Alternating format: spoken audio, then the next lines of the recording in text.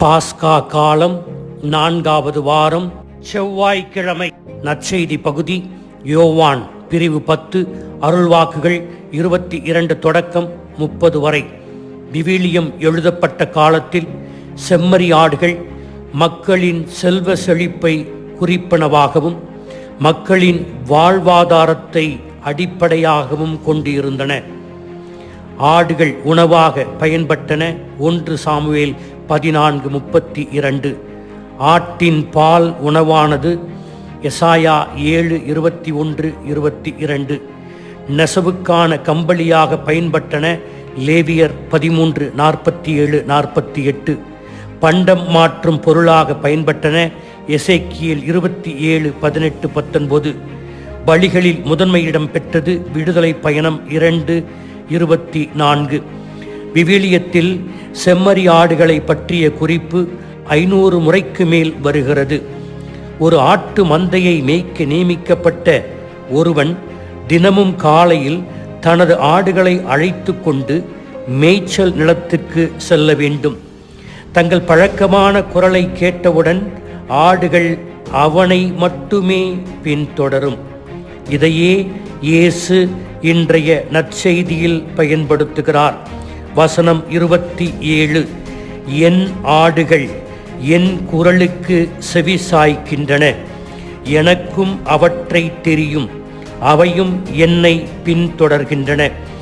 எனவே ஆடுகள் கேட்டது, அவைகள் குரலுக்கு செவிசாய்ப்பது என்பது கீழ்ப்படிதலை குறிக்கிறது.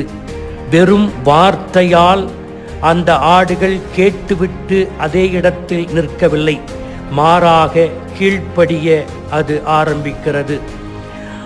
அவருடைய ஆடுகளாகிய நாம் அவருடைய குரலை கேட்டு அவரை பின்பற்றுகிறோம் என்பதை எப்படி அறிந்து கொள்வது? குறிப்பாக இன்றைய சூழ்நிலையில் பல குரல்கள் நம்மை அழைக்கின்றன. எந்த ஒரு சமயத்தையும் பின்பற்றாத அர்த்தமற்ற வாழ்வு பலர் வாழ்ந்து கொண்டிருக்கின்ற சூழ்நிலை. நுகர்வு வெறியின் கலாச்சாரத்தில் பீடிக்கப்பட்டு பொருள் மட்டுமே வாழ்வின் எல்லாம் என்று நினைத்து கொண்டிருக்கின்ற ஒரு சூழ்நிலை. சில அரசியல்வாதிகள் தாங்கள் பிரபல்யம் அடைவதற்காக வாருங்கள் என்று அழைக்கின்ற குரல். இப்படி பல குரல்கள் கிறிஸ்துவின் குரலை மழுங்கடிக்க வைக்கின்றன. ஆனால் கிறிஸ்து நல்லாயனாக நம்மிடம் பல வழிகளில் பேசுகிறார், பல சந்தர்ப்பங்களில் பேசுகிறார். அதிலே 2 வழிகளை திரு அவை வருடம் முழுவதும் நம்மை கடைபிடிக்க அழைக்கிறது. 1. திரு அவை வழிபாட்டு முறை. 2ஆம் வத்திக்கான் சங்க ஏடுகளில் இருக்கின்ற சாக்ரோ சாங்க்தும் கொன்சிலியம் என்கின்ற அந்த ஏட்டிலே திரு அவை இவ்வாறு கற்பிக்கிறது. கிறிஸ்து வார்த்தையில் பிரசன்னமாகி இருக்கிறார். திருப்பலியில் விவிலிய பகுதிகள் வாசிக்கப்படும் போது கிறிஸ்துவே நம்மோடு பேசுகிறார். குருவானவர் வாசிக்கின்ற அந்த நற்செய்தி பகுதி நம் காதுகளில் விழுகின்ற அதே நேரத்தில் கிறிஸ்து அந்த நேரத்தில் இதயத்தில் பேசுகிறார், நாம் அனுமதித்தால். 2. மனசாட்சி வழியாக இறைவன் பேசுகிறார். 2ஆம் வத்திக்கான் சங்க ஏடுகளில் ஒன்றான கௌதியும் எட் ஸ்பெஸ் இதை பற்றி கூறுகிறது. மனசாட்சியின் ஆழத்தில் ஒவ்வொரு மனிதனும் ஒரு சட்டத்தை கடைபிடிக்கிறான்.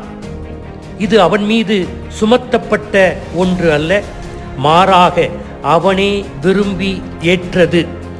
அந்த குரல் மனிதனை அன்பு செய்ய சொல்லுகிறது, நன்மையை செய்ய அழைக்கிறது, தீமையை தவிர்க்க அழைப்பு விடுக்கிறது. இந்த சத்தம் சரியான நேரத்தில் ஒவ்வொரு மனிதனுடைய மனசாட்சியிலும் கேட்கிறது. மனசாட்சி என்பது மனிதனில் கடவுளால் எழுதப்பட்ட ஒரு சட்டம். அந்த மனசாட்சிதான் ஒவ்வொரு மனிதனுடைய இரகசிய மையம். அங்கே கடவுள் வாசம் செய்கிறார். அந்த இடத்தில் ஒவ்வொரு மனிதனும் கடவுளிடம் தனியாக இருக்கிறான். அவன் மனசாட்சியின் ஆழத்தில் கடவுளுடைய குரலின் எதிரொலிப்பதை கேட்கிறான். நாமும் இன்றைக்கு இயேசுவின் ஆடுகளாக வாழ்கிறோம். அவருடைய குரலுக்கு செவிமடுக்க வேண்டும், அவருக்கு கீழ்ப்படிய வேண்டும். எபிரேய மொழியில் ஷெமா என்கின்ற வார்த்தை கேள் என்பதற்கும் கீழ்ப்படிதல் என்பதற்கும் இது இரண்டையும் அது குறிக்கின்ற சொல். எனவே ஷெமா என்பது வெறும் காதால் கேட்டு நிறுத்த வேண்டிய ஒன்று அல்ல. மாறாக நாம் காதால் கேட்பதை நம் வாழ்க்கையில் செயல்பாடாக கீழ்ப்படிதலில் அதனை வெளிப்படுத்த வேண்டும். எனவே இயேசுவின் குரலுக்கு செவிமடுக்கிறோம் என்றால் கடவுளுடைய இறை வார்த்தையை கேட்பது, அதனை கீழ்ப்படிவது இதில்தான் அடங்கும். அதனை செய்ய இறைவனின் வரம் கேட்போம். ஆமீன்.